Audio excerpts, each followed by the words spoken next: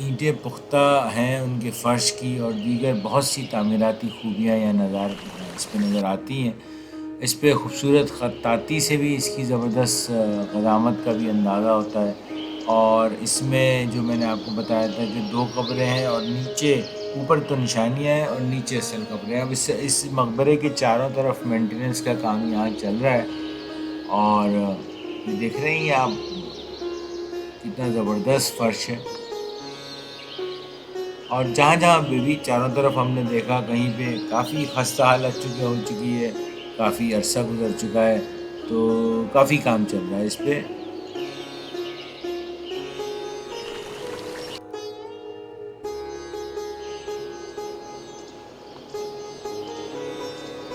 آپ کو میں ایک بڑے مزے کی بات بتاؤں، مغل فن تعمیر کی ندرت کا اندازہ اس بات سے بھی لگایا جا سکتا ہے کہ مقبرے کی چھت اور گنبد کو بغیر کسی سریے کے تعمیر کیا گیا تھا، اور آج بھی یہ قائم ہے۔ یہ بڑے مزے کی بات ہے کہ اتنے سال پہلے بغیر سریے کے گنبد بنایا گیا تھا، اور تاریخ میں ہے کہ اسے مرزا سلطان بیگ نے 1656 میں، جیسے میں نے بتایا، تعمیر کروایا تھا 1656 میں۔ اور مورخین یہ بھی لکھتے ہیں کہ اس گلابی جو بہت بڑا یہ گلابی باغ تھا، اس کے چاروں گوشوں میں بنائی گئی عالیشان اور منقش ڈیوڑیاں اتنی زبردست تھیں کہ انہیں دیکھ کے راہگیر دنگ رہ جاتے۔ اور عمارت میں موجود 12 دریاں، محرابی دروازے اور نشست گاہیں وغیرہ، یہ تمام اصل میں مغلوں کے اعلیٰ ذوق کا پتہ دیتی ہیں۔ اور باغ کا جو داخلی دروازہ ہے، یعنی ڈیوڑی پر بنائے گئے، وہاں پہ بھی کافی دیدہ زیب نقش و نگار ہے، اور صدیاں گزر چکی ہیں لیکن ابھی بھی وہ نقش و نگار اسی طرح موجود ہیں۔ یہ بڑا راستہ باہر کی طرف جاتا ہوا آپ کو نظر آ رہا ہے، اور یہ اس کے باغ کا جو اب بچا کچا حصہ رہ گیا ہے وہ ہے۔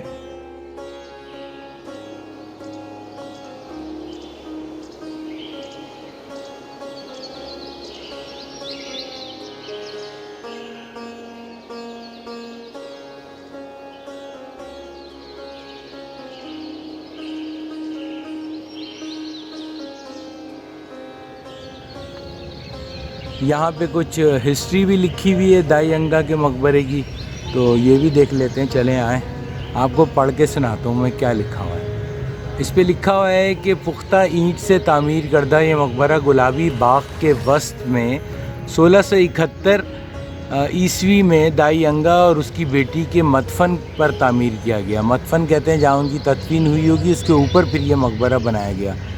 دائی انگا مراد خان کی بیوی تھی، جو دور جہانگیر میں بیکانیر کے مجسٹریٹ تھا۔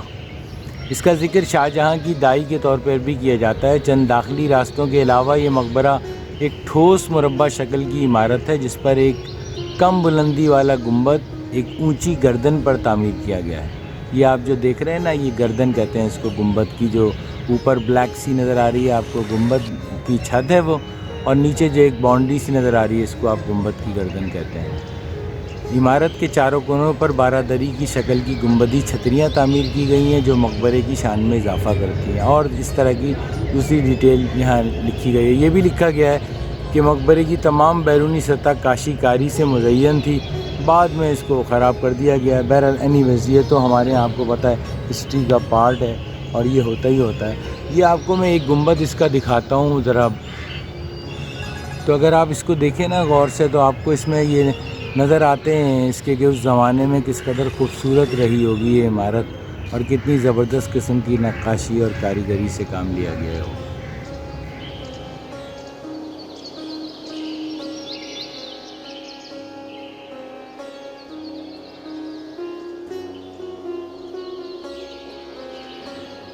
یہاں میں آپ کو ایک اور بات بتاؤں کہ یہ مقبرہ جو ہے نا، یہ لاہور کا جو قدیم شہر ہے اس سے تھوڑا سا دور ہے، اوے ہے۔ بیگم پورہ کا یہ علاقہ کہلاتا ہے، اور یہاں یہ جیسے بتایا کہ گلابی باغ ہوتا تھا، بہرحال اب جو بھی ہے اسے بھی گلابی باغ ہی کہتے ہیں، اور اس میں ایک یہ مقبرہ واقع ہے۔ اور یہ راستہ جیسے میں نے آپ کو بتایا تھا، آنے اور جانے کا راستہ ہے، اور یہاں سے آپ کھڑے ہوتے کافی اندر جا کے آپ کو نظر آتا ہے، لگ بھگ میرا خیال ہے 200 میٹر کا فاصلہ ہوگا اس مقبرے سے اس سڑک تک کا، اور اسٹیٹ بالکل سمجھیں جی ٹی روڈ پہ ہی واقع ہے۔ انجینئرنگ یونیورسٹی سے ذرا آگے ہے، سڑک پہ لیفٹ سائڈ پہ آپ کے آتا ہے۔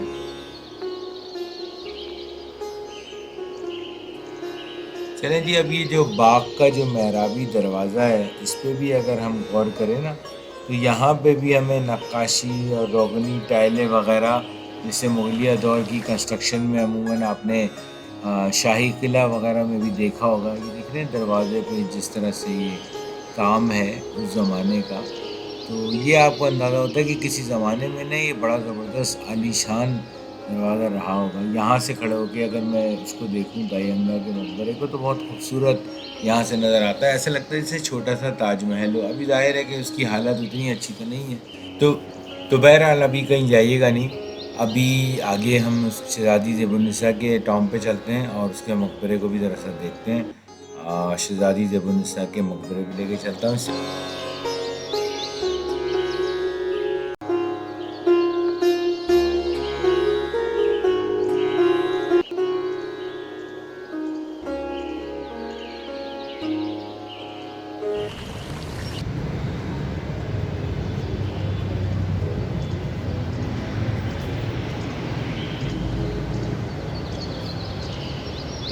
السلام علیکم، رضوان کے ہم سفر میں خوش آمدید. اب ہم ہیں مقبرہ زیب النساء پر، تو چلے آئیں آپ کو اندر سے دکھاتے ہیں کیسا ہے.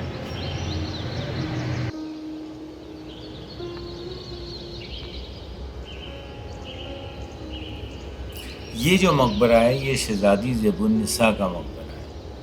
ہندوستان میں مغلیہ دور کی تاریخ اور جن بااثر شخصیات کا اس تاریخ میں ذکر اکثر کیا جاتا ہے ان میں شہزادی زیب النساء بھی شامل ہے. شہزادی زیب النساء جن کا یہ مقبرہ ہے وہ ہندوستان کے بادشاہ اورنگزیب عالمگیر کی پہلی اولاد تھی اور ظاہر ہے کہ چہیتی بیٹی بھی تھی. ان کا جو ڈیٹ آف برتھ ہے، ایئر آف برتھ ہے، وہ 1638 ہے. 1638 میں پیدا ہوئی تھیں اور انہوں نے پھر 1652 سے 57 تک کا بیشتر حصہ تو اپنے، کیونکہ بادشاہ اورنگزیب اس زمانے میں حیدرآباد دکن کے وزیر تھے، دکن جو کہلاتا تھا، تو والد کے ساتھ وہیں دکن میں گزارا. وہاں پہ وہ صوبیدار تھے اس وقت. تو 1658 میں اورنگزیب جب بادشاہ بنے تو پھر انہوں نے اپنے جو فیملی تھی ان کو دولت آباد سے پھر دلی میں ان کو بلا لیا کہ وہ بھی جشن میں شریک ہوں. تو زیب النساء چونکہ ان کی چہیتی بیٹی تھی تو ان کے باپ یعنی اورنگزیب عالمگیر نے انہیں دلی آنے کے بعد بادشاہ بیگم کا بھی خطاب دیا تھا. تو اس زمانے میں جب یہ خطاب وغیرہ دیے جاتے تھے تو اس کے ساتھ ساتھ انہیں ایک جاگیر بھی عطا ہوتی تھی اور بعض مورخین کہتے ہیں کہ وہ 4 لاکھ روپے سالانہ وظیفہ بھی پاتی تھیں.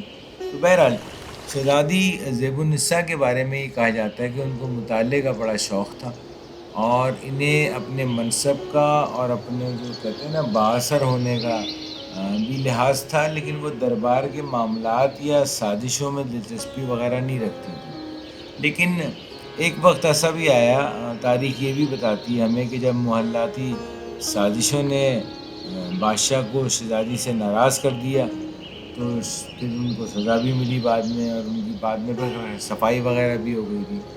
تو بہرحال یہ بعض جگہ کتابوں میں یہ آتا ہے کہ شہزادی زیب النساء جن کے اس وقت میں مرکز کے سامنے موجود ہوں، وہ تصوف میں بابا فرید الدین عطار اور جلال الدین رومی کے مکتبہ فکر سے تعلق رکھتی تھی. اور یہ بھی کہا جاتا ہے کہ وہ حساب میں، میتھس میں یعنی اور جغرافی میں اور ہارس رائڈنگ میں اور نیزہ بازی میں اور تلوار بازی میں بھی کہتے ہیں کہ اپنے بھائیوں سے اور کسی بھی ہم عمر سے کم نہیں تھی، یعنی کہ بہت تیز تھی. یہ آپ دیکھ رہے ہیں مقبرے پہ جو فرش ہے یہ اسی زمانے کا اور بہت خوبصورت، بہت ہی آپ کو ٹھنڈک کا احساس ہوگا اور سکون کا اس کے ڈیزائن کو بھی دیکھ کے اور کلر اسکیم جو بھی ہے. سینٹر میں اسی طرح جیسے مغل طرز میں ہوتے ہیں مقبرے میں کہ سینٹر میں قبر ہے سنگ مرمر کا، چاروں طرف ہے سنگ مرمر لگا ہوا ہے اور اس کو کچھ ریپیئر بھی کیا گیا ہے میرا خیال ہے بعد میں. قبر تو اوریجنل ہے لیکن اس کو مقبرے کو ریپیئر کیا گیا ہے. ابھی بھی اوپر دیکھیں گنجائش نظر آتی ہے. فریسکو کا بہت کام یہاں بھی نظر آتا ہے. اس زمانے کے جتنے بھی مقبرے ہیں، شاہی حمام وغیرہ ہیں اور بھی دیگر جگہیں ہیں، وہاں پہ فریسکو کا کام جو ہے بہت زیادہ نظر آتا ہے. دیکھ رہے ہیں کتنا باریک اور نفیس کام ہے اور ابھی تک صحیح سلامت بھی ہے. بہرحال تو یہ بھی معلوم چلا ہے تاریخ سے کہ شہزادی زیب النساء شاعرہ بھی تھی. لیکن بعد میں پتہ یہ تاریخ یہ بتاتی ہے کہ ان کا کلام ضائع ہو گیا.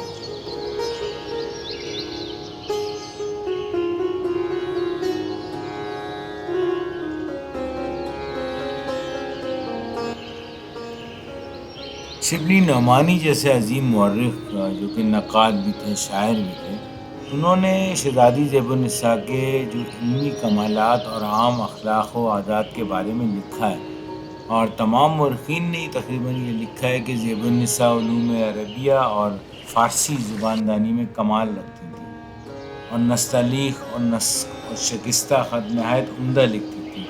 لیکن ان کی تصنیفات میں سے بڑی عجیب بات ہے کہ آج تک کوئی چیز موجود نہیں ہے. عام طور پر مشہور ہے کہ وہ مخفی تخلص کرتی تھی، اور دیوان مخفی جو چھپ کر شائع ہو چکا ہے انہی کا ہے، لیکن یہ صحیح نہیں ہے، کیونکہ کسی تاریخ یا تذکرے میں ان کے تخلص یا دیوان کا کوئی ذکر نہیں ہے. لیکن یہ بہرحال اس سے انکار نہیں کیا جا سکتا کہ وہ شاعرہ تھی، اور لیکن معلوم ہوتا ہے کہ پتہ نہیں شاید بدر میں یا آزادی کی جنگ کے بعد میں یا کسی طرح ان کا کلام بہرحال ضائع ہو. کچھ تاریخی تذکروں میں یعنی زیب النساء کی تصنیفات و تالیفات سے زیب المنشات کا ذکر آیا ہے، اور اس میں ایک تذکرہ ہے الغزائل. اس کی مصنف نے لکھا ہے کہ میں نے ان کے اس مجموعے کو دیکھا ہے، اور زیب النساء کے خطوط اور رقعات کا وہ مجموعہ.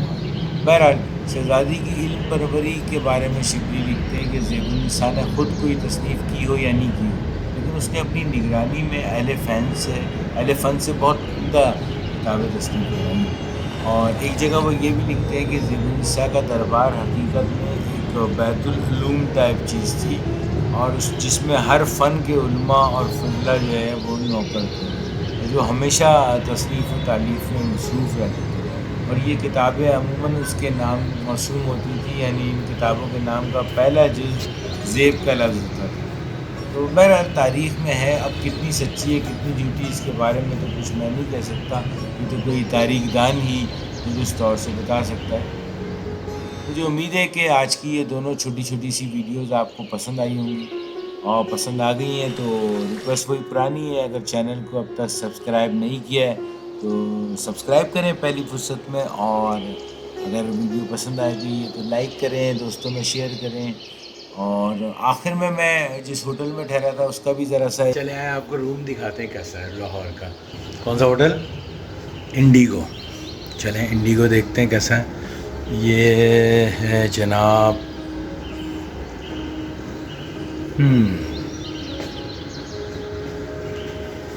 اوکے.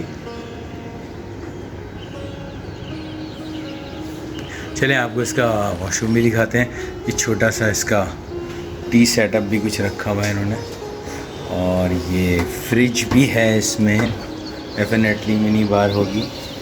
اور اس کا یہ واش روم ہے، اور چھوٹا سا ہے لیکن ہے اچھا اسمارٹ سا. اینی ویز یہ ہے ہمارا جناب روم.